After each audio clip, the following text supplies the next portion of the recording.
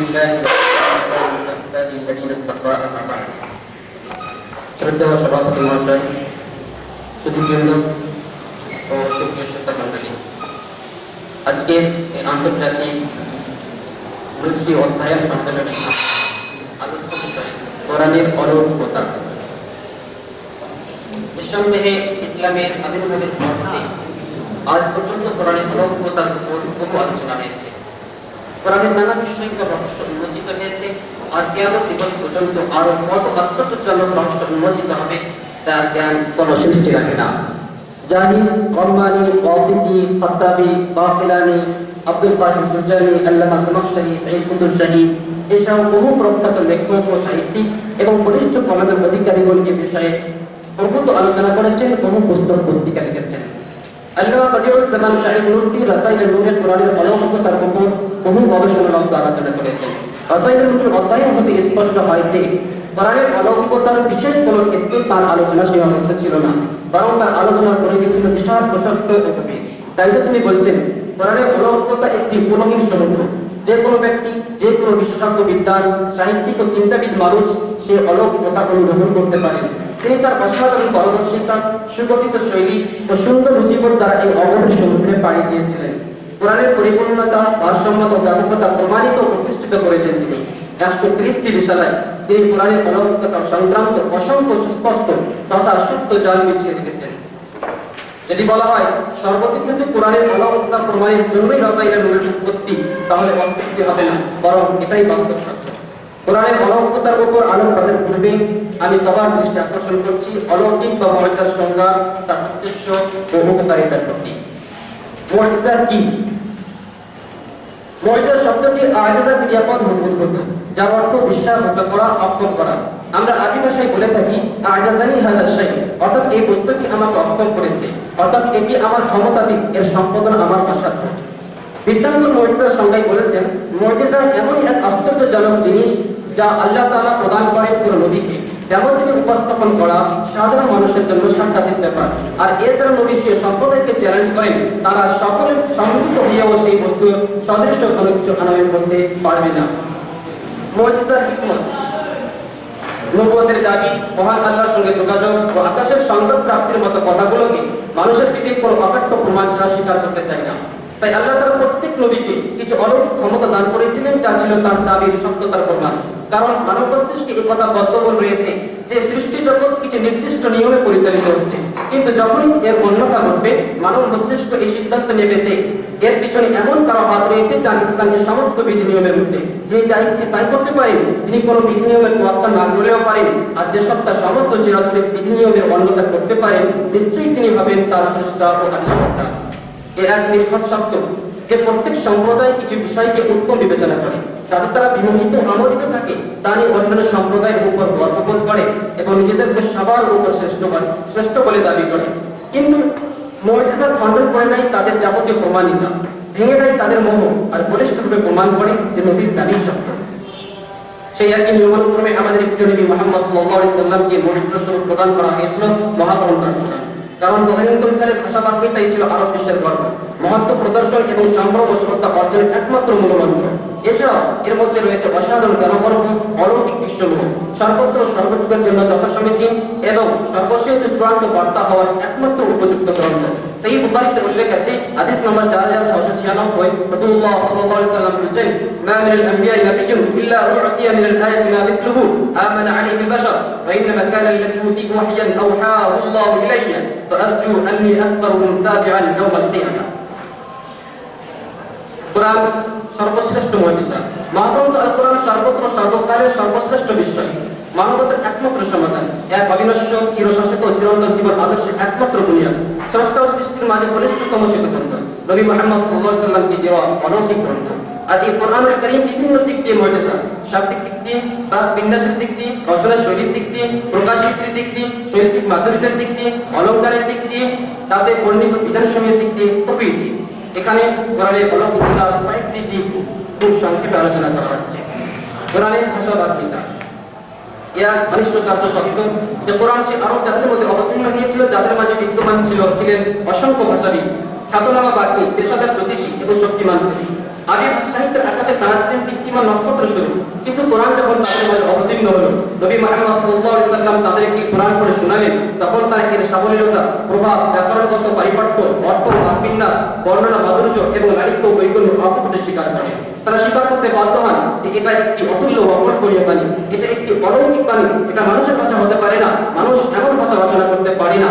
এর জ্বলন্ত প্রমাণ যে কোরআন খ্যাতনামা কবি সাহিত্যিকদেরকে চ্যালেঞ্জ দিয়েছিল যে তারা যেন অনুরূপ মানের কোনো বাণী পেশ করে, কিন্তু তাতে কেউ সমর্থ হয়নি। আল্লাহ তাআলা বলেছেন, ওয়া ইন কুনতুম ফি রাইবিন মিম্মা নাযালনা আলা আবদিনা ফাআতু বিসূরাতিন মিন মিথলিহি ওয়া শুহাদাআকুম মিন দুনিল্লাহি ইন কুনতুম সাদিকিন فإن لم تفعلوا ولن تفعلوا فاتقوا النار التي وقودها الناس والحجارة أعدت للكافرين।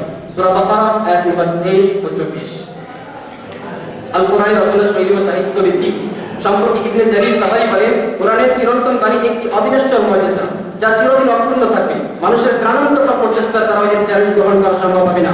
কোরআন রচনা শৈলী ও ভাষার লালিত্য এতই অসাধারণ যে যা অন্যান্য সমস্ত বৈশ্বিক কিতাব সমূহকে বিরান করে দেয়। তদানীন্তন আরবের কত খ্যাতনামা কবি, সাহিত্য রথী, বাগ্মীদেরকে হতবাক করে দিয়েছে এই কোরআন। কোরআনের বিরুদ্ধে তাদের সর্বপ্রচেষ্টা ব্যর্থতায় পর্যবেসিত হয়েছে। কোরআনের ভাষার লালিত্য যে অসাধারণ ও বিস্ময়কর, এর বাগ্বিন্যাস রচনা শৈলী যে অলৌকিক তার প্রমাণ কোরআন পাঠ করে মনের মধ্যে কখনো বিরক্তি আসে না, বরং অনুভূত হয় এক অসাধারণ স্বর্গীয় সুখতৃপ্তি, যদিও তার সহস্রবার পাঠ করা হয়। একজন শিশু সহজে তা মুখস্থ রপ্ত করতে পারে। কোন কঠিন রোগে আক্রান্ত ব্যক্তি কোরআন শ্রবণ করে স্বস্তি বোধ করে। মৃত্যুপ্রায় ব্যক্তিকে এক অভূতপূর্ব সুখতৃপ্তি দেয় এই কোরআন। কোরআনের বাচন ভঙ্গি অলৌকিক। এ প্রসঙ্গে সাঈদ নুরসি বলছেন, কোরআন পড়ে কেউ কখনো বিরক্তি বোধ করে না। কোরআনের বাচন ভঙ্গি ভীষণ মধুর ও তৃপ্তিদায়ক। এর সজীবতা ও মাধুর্য সর্বদা বিরাজিত। কোরআন খুব স্বচ্ছ স্বভাবসুলভ ভঙ্গিতে তার উদ্দেশ্যাবলী মানুষের সম্মুখে তুলে ধরে। কোরআনের সুর ছন্দ, কোরআনের একটি অলৌকিকত্ব নিহিত আছে তার সুর ছন্দের মধ্যে, যা সৃষ্টি হয় শব্দের সঠিক চয়ন ও তাকে এক বিশেষ পদ্ধতিতে বিন্যাসের দ্বারা। এই পদ্ধতিটি কোরআনের পুরো মাত্রায় দৃষ্টিগোচর হয় এবং কোরআনের শৈল্পিক ভিত্তিতে তার একাকার হয়ে আছে। অথচ তৎকালীন মনীষীগণের দৃষ্টি বাহ্যিক সুর ছন্দ ছাড়িয়ে আগে বাড়তে পারেনি। এমনকি তারা জানতেন না যে সঙ্গীতের সুর, তাল ও মাত্রার সংখ্যা কত ও কোথায় এবং কোন ঢঙে ব্যবহৃত হয়। কোরআন পাঠের সৃষ্ট শ্রুতি মধুর সুরের প্রতি গভীর দৃষ্টি নিক্ষেপ করেছেন সাঈদ নুরসি। তাই তিনি বলছেন, একটি আয়াতের মধ্যে সহজ ও সরল ও কঠিন, অস্পষ্ট স্পষ্ট শব্দাবলীর মধ্যে সামঞ্জস্য বিধান করে সেই সুর। অথচ পাঠক পাঠকেন তা বুঝতেই পারে না, মনে হয় যেন আয়াতের শব্দগুলি সুর আওয়াজে একই প্রসঙ্গের উপর চলে আসছে। সাধারণ সাহিত্যকর্মে একই বিষয়ের পুনরাবৃত্তি মানব মনে বিরক্তির উদ্বেগ ঘটায়। পক্ষান্তরে কোরআনের আয়াতের পুনরাবৃত্তি পাঠক ও শ্রোতার মনে এক অপূর্ব স্বর্গীয় সুখানুভূতি জাগ্রত করে। মহান আল্লাহ তাআলা সূরা রহমানে ফাবিআইয়ি আলা রাব্বিকুমা তুকাযিবান আয়াত 31 বার উল্লেখ করেছেন। কোরআনের কোন পাঠক বা শ্রোতা এই আয়াত পাঠ করে কিংবা শ্রবণ করে বিরক্ত হয়েছে এর নজির নেই, বরং বিরক্তির পরিবর্তে সুখানুভূতি লাভ করেছে। সাঈদ নুরসি বলেন, কোরআনের মধ্যে একই বিষয় বারবার পুনরাবৃত্তি ঘটেছে। সেটা ঘটেছে জিক্র, দোয়া ও দাওয়াত স্বরূপ। তিনি বলেন, জিক্রের পুনরাবৃত্তি ঘটে, দোয়া বারবার করা হয় এবং দাওয়াত কামনা করার দৃঢ়তা যার জন্য প্রয়োজন পুনরাবৃত্তি। এসব কোন বিষয়ের পুনরাবৃত্তি আত্মিক ও মানসিক চাহিদার সঙ্গে সামঞ্জস্যপূর্ণ। এছাড়াও এক্ষেত্রে প্রশিক্ষণের ভূমিকা পালন করে একটি বিষয় পুনঃ পুনঃ বর্ণনা, কারণ মহাসত্য তার সূক্ষ্ম বিষয়াদি ও মহৎ উদ্দেশ্যপনের জন্য প্রয়োজন বিষয়টির বারবার উপস্থাপন, যেন মানব জগতে তা সুগ্রথিত ও সুপ্রতিষ্ঠিত হয়। আর একটি বাস্তব সত্য যে কোরআনের মধ্যে একটি বিষয় যে বারবার পুনরাবৃত্তি ঘটেছে তা বাহ্যিক, প্রকৃত নয়, কারণ বিভিন্ন প্রসঙ্গে ও বিভিন্ন বিন্যাস সূত্রে একটি বিষয় বারবার উপস্থাপন করা যায়। সুতরাং এটা অ্যাকচুয়াল পুনরাবৃত্তি নয়। কোরআনের একটি উল্লেখযোগ্য অলৌকিকতা হলো কোরআনের সমস্ত বাক্য বাক্যের মধ্যে আছে অলৌকিক ও অখণ্ডনীয় সামঞ্জস্য ভারসাম্য। এর সমস্ত শব্দ তার অর্থের মধ্যে এক অসাধারণ ও অভূতপূর্ব অর্থপূর্ণ সামঞ্জস্য বিদ্যমান। আকীদা, সুন্নাহ, শরীয়ত, নৈতিকতা, জীবন ব্যবস্থা, পরকালের আলোচনা তথা সমস্ত বিষয়ে এই সামঞ্জস্য বিদ্যমান। দেখে মনে হয় যেন একটি সময়োপযোগী প্ল্যাটফর্ম তৈরি করে দেওয়া হয়েছে, যে কোনো যুগের সর্বস্তরের মানুষ স্ব জ্ঞান ও শক্তি ও সময় অনুযায়ী সেটা বুঝতে পারে। কোরআনে এমন এক অলৌকিকতার কথা বর্ণনা করেছেন সাঈদ নুরসি। এই অলৌকিক অর্থপূর্ণতার পরিভিত্তি করে সাঈদ নুরসি বলছেন, কোরআন প্রথম হতে শেষাব্দে একটি শব্দ নেই, তার আয়াতসমূহের মধ্যে কোনো বিরোধ অসঙ্গতি নেই, তার বিধানসমূহের মধ্যে কোনো অসংঘর্ষ নেই। অবস্থার পরিপ্রেক্ষিতে ও পরিস্থিতির চাহিদা অনুযায়ী কোরআন কারীম অংশ অংশ খণ্ড খণ্ড রূপে অবতীর্ণ হয়েছে। তথাপি তার মধ্যে রয়েছে মনোমুগ্ধকর সাবলীলতা, উৎকৃষ্টতম মাধুর্য, বাক্যবিন্যাস ও প্রকাশ রীতির মধ্যে রয়েছে বলিষ্ঠ প্রাসঙ্গিকতা। কোরআনের অলৌকিকত্বের একটি অন্যতম দিক হলো এর অর্থের মধ্যে আছে অসাধারণ ব্যাপকতা। এর প্রত্যেকটি আয়াতের আছে কিছু বাহ্যিক আর কিছু অন্তর্নিহিত অর্থ, আর কিছু রয়েছে এর শাখা প্রশাখা। প্রত্যেকটি বাক্তারা শব্দ গণ্ডের আছে অনেক অর্থপূর্ণ দিক। প্রত্যেকটা কি স্ব দৃষ্টিভঙ্গি অনুযায়ী ওর অর্থ অভিব্যক্ত করে। উদাহরণস্বরূপ মহান আল্লাহ তাআলা সূরা নাবাহ 7 নম্বর আয়াতে উল্লেখ করেছেন ওয়াল জিবালা আওতাদা, অর্থাৎ আমি পর্বতসমূহকে তোমাদের পৃথিবীর জন্য পেরেক ও মাস্তুল সৃষ্টি করেছি। সাধারণ মানুষের দৃষ্টিতে পর্বত ভূপৃষ্ঠের একটি অংশ। কবিদের রূপক ভাষায় পৃথিবী একটি বৃত্তাকার গ্রামস্বরূপ, যার উপর নির্মিত হয়েছে একটি স্বর্গীয় প্রাসাদ, যেন একটি অদ্ভুত নীল তাঁবু যা প্রত্যেকটি বাতি দ্বারা সুশোভিত। আর পর্বত সমূহ সেই আশ্চর্যজনক নীল তাঁবুকে আটকে রাখার জন্য একটি পেরেক স্বরূপ। ভূগোলকরা মনে করেন পৃথিবীর বায়ুর ধারের সমুদ্র একটি স্বচ্ছন্দ গতিতে চলমান তড়িৎ নেয়, আর পর্বত সমূহ মাস্তুল স্বরূপ, যেগুলো তড়িৎের গতিপথে তার ভারসাম্য রক্ষা করে। তার সঙ্গে এই সকল ঐতিহাসিকদের দৃষ্টিতে পৃথিবী একটি বাড়ি স্বরূপ, প্রাণী জীবন তার স্তম্ভ এবং জীবনের শর্ত বায়ু, জল ও মাটি। আর সেই শর্তগুলি পূরণের জন্য একান্তভাবে প্রয়োজন পাহাড়ের, কারণ পাহাড় পর্বতই যোগান দিয়ে জলবায়ুকে পরিশুদ্ধ করে, এর বিষাক্ত গ্যাসটি ও মহাসাগরে তলিয়ে যাওয়ার পথে পৃথিবীকে রক্ষা করে। এই তত্ত্বটি রয়েছে দ্য মিরাকুলাস কোরআনে 108 থেকে 110 নম্বর পৃষ্ঠায়। কোরআনে আরেকটি অলৌকিক হলো তার বিধান সমূহ। কোরআন কারীম পূর্ণাঙ্গ পথ নির্দেশিকা নিয়ে পৃথিবীতে এসেছে। সর্বকাল সর্বত্র সকল শ্রেণীর মানুষের সকল প্রয়োজন পূরণ করার যাবতীয় দিক নির্দেশনা রয়েছে তাতে। অপরপক্ষে মানব রচিত বিধানে মানুষের সকল সমস্যার সমাধান নেই। সর্বযুগে সর্বস্থানে তা চলে না, ফলত তার প্রমাণকারীকে সবসময় তার মধ্যে পরিবর্তন করতে হয়। এছাড়া মানব রচিত বিধান কার্যকর করে ভূপৃষ্ঠে পারফেক্ট শান্তি শৃঙ্খলা বিরাজিত করা সম্ভব। এটা সম্ভব শুধুমাত্র আল্লাহ রচিত সংবিধান কোরআনের আইন বলবৎ করে। উদাহরণস্বরূপ নিতে পারে নারী দর্শন রোকার জন্য মানব প্রণীত সংবিধান।